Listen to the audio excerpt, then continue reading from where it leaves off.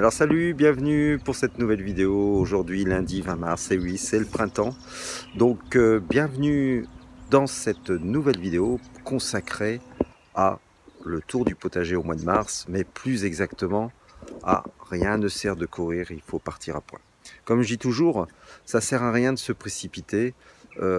Aujourd'hui dans le nord encore des températures assez faibles aujourd'hui, donc on va essayer de planter, de semer progressivement. Alors c'est parti, on voit ça tout de suite ensemble. Générique, c'est parti. À tout de suite.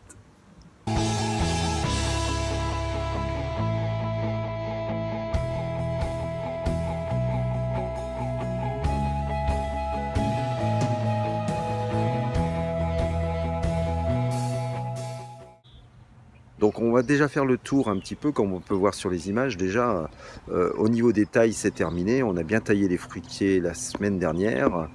On peut voir que la vigne se porte bien. Tous les arbustes, tous les arbres fruitiers également commencent à fleurir. On a eu quelques jours où on a eu du soleil et les bourgeons en profitaient pour sortir. On peut voir également la glycine, une belle taille de la glycine.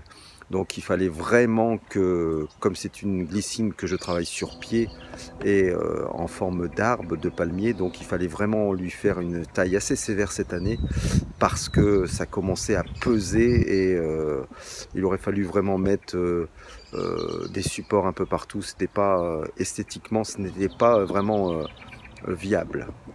Au niveau de nos planches, on peut voir comment préparer nos terrains. Là, on voit bien que j'ai préparé la nouvelle surface du jardin. C'est une nouvelle surface. Donc, on donne un petit coup de grelinette pour faire les allées. J'en ai profité pour utiliser du broyat pour mettre dans les allées et non sur la surface de nos planches. Uniquement, j'ai fait deux petites allées sympas. Et après, s'il me reste encore du broyat, j'en mettrai dans les petites allées entre chaque planche, 40-30 cm. Donc voilà, on prépare son terrain, on enlève les mauvaises herbes. Après, je vais y incorporer tout le compost que j'ai stocké depuis l'année dernière, aussi bien avec nos fientes de poules, aussi bien nos déchets végétaux divers et variés. Donc préparons tout doucement, on y plantera sûrement cette semaine, on commencera à planter les oignons et on ira vraiment progressivement, peut-être dans la serre une petite ligne de radis, tout doucement, on a le temps, ça sert à rien de se presser. Je ne vais pas aller me faire des tunnels à ne plus quoi en faire. Les petites salades sont en train de pousser tranquillement dans la serre, dans les alvéoles. On fera du repiquage tranquille par la suite. Alors les petites salades avec de la laitue, de la feuille de chêne, également du persil dans le milieu. On a du poiré ou des betteraves, c'est un restant de graines de l'année dernière. Malheureusement, je n'avais pas noté la désignation de ces petites graines, donc elles se ressemblent énormément. Donc on verra ce que ça va donner, sachant que bien évidemment j'ai semé une petite plaque alvéolée de betteraves, quelques choux brocolis qu'il me restait. Alors l'inconvénient de faire son terreau soi-même, un petit inconvénient, c'est comme on le voit bien, on a plein de petites herbes qui poussent ou d'autres graines qui étaient dans ce terreau maison. C'est pas grave, on désherbera au fur et à mesure les petites alvéoles. Voilà pour la première petite plaque. Ici une autre petite plaque alvéolée. Ce sont des plaques alvéolées de 84 trous et vous voyez, je les mets dans un petit support comme ceci et je mets juste un peu d'eau dedans, donc même fonctionnement que la précédente par capillarité. Donc ici on a des betteraves et là on a commencé une petite plaque d'épinards que l'on repiquera directement en terre. Pas besoin de se presser, mais on peut commencer déjà ici dans le nord. Les températures sont intéressantes dans la serre. Quand on a des beaux rayons de soleil, ça monte très vite à 25 voire plus, donc c'est intéressant. On va bientôt cette semaine mettre les oignons rouges. On va ressemer du très beau persil, de la graine que j'ai fait l'année dernière.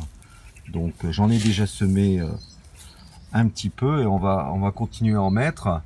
Et bien évidemment, là on a toutes des graines de fleurs. On a le poireau, bien évidemment le poireau à la Saint-Joseph le 19 mars.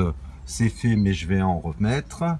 Voilà pour les petits semis dans la serre.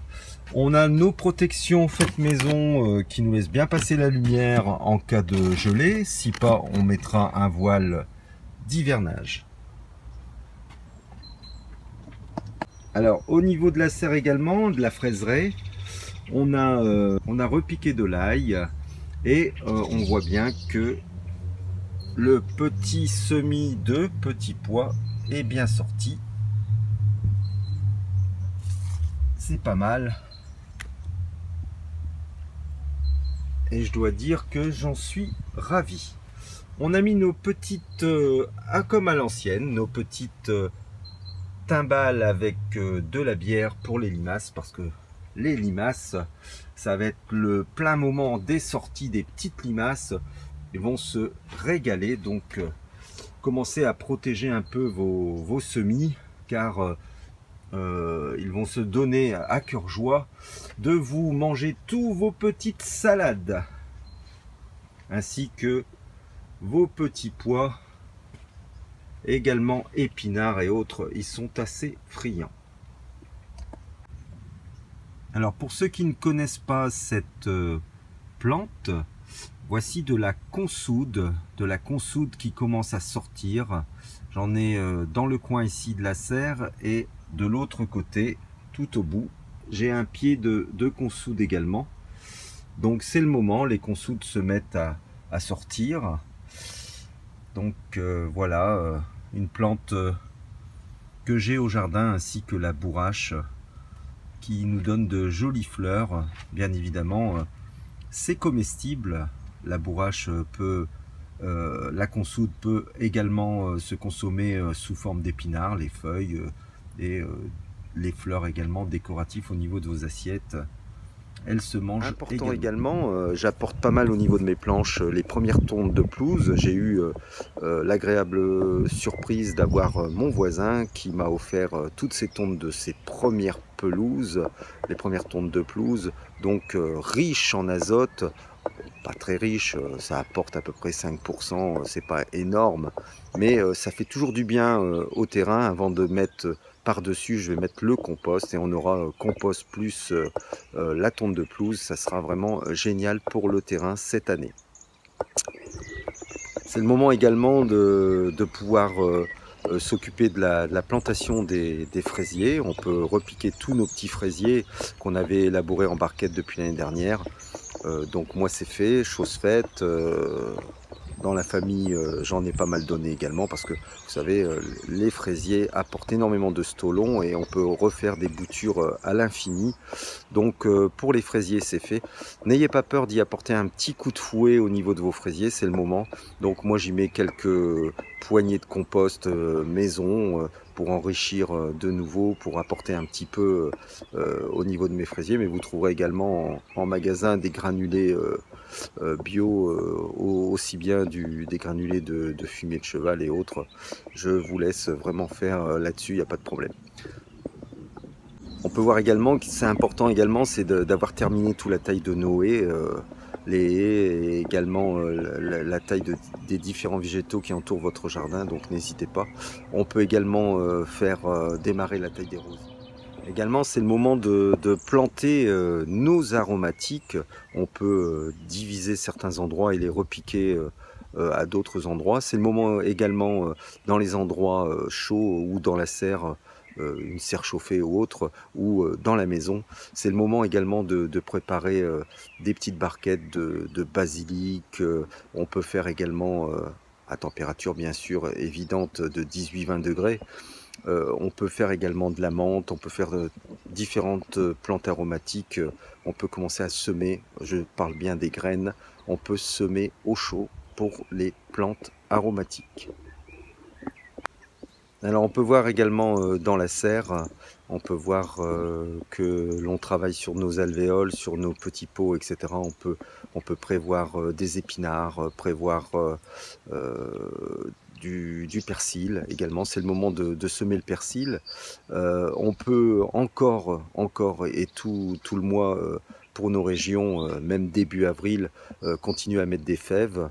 Donc moi, elles ne sont pas encore sorties pour l'instant. C'est bien également de prévoir encore malgré tout du broyat. On peut toujours faire du broyat de végétaux divers et variés pour mettre dans les allées. Moi là, j'ai ramassé également des épines de pin.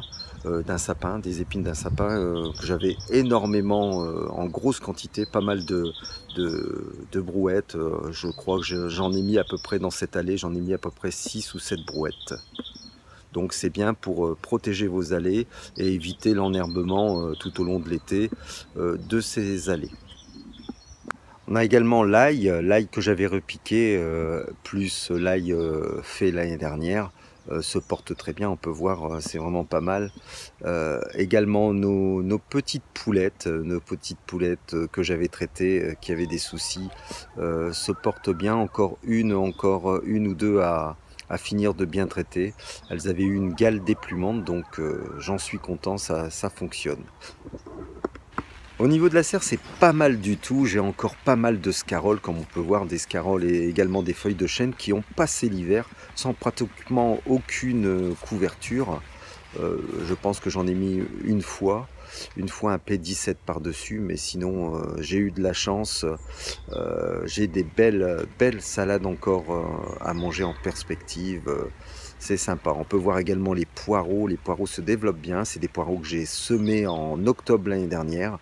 Donc on voit que c'est vraiment bien pour ce genre de poireaux. C'est du poireau d'Elbeuf, voilà une variété que j'essaye pour la deuxième fois, malgré que j'ai raté mes poireaux l'année dernière avec la teigne et le ver de poireau.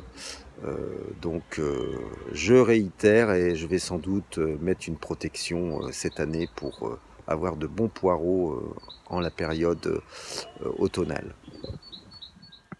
Voilà, comme on peut voir au niveau de nos semis de tomates, poivrons, aubergines, on peut voir que les aubergines et les poivrons souffrent un peu au niveau de leur sortie. C'est difficile car les températures idéales, il faut une température avoisinant les 20-25 degrés.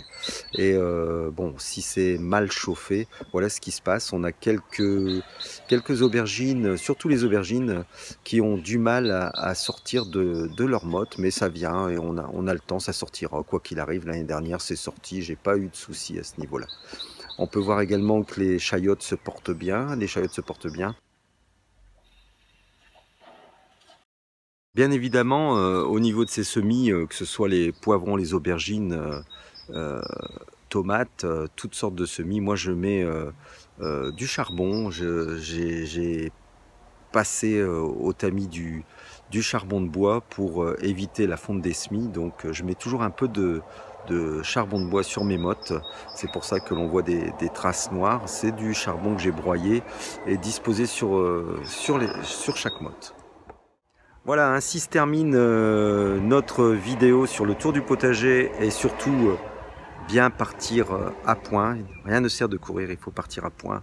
Vous rappelez d'une jolie fable.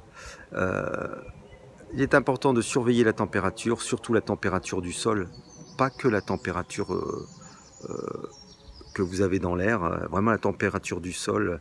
Une fois les 12-15 degrés atteints, on peut déjà semer pas mal de choses au niveau du terrain, mais méfiez-vous des gelées. Donc voilà, ainsi se termine la vidéo, cette petite vidéo cette semaine. Je vous souhaite de passer une agréable semaine et je vous dis à bientôt. Bye bye, salut.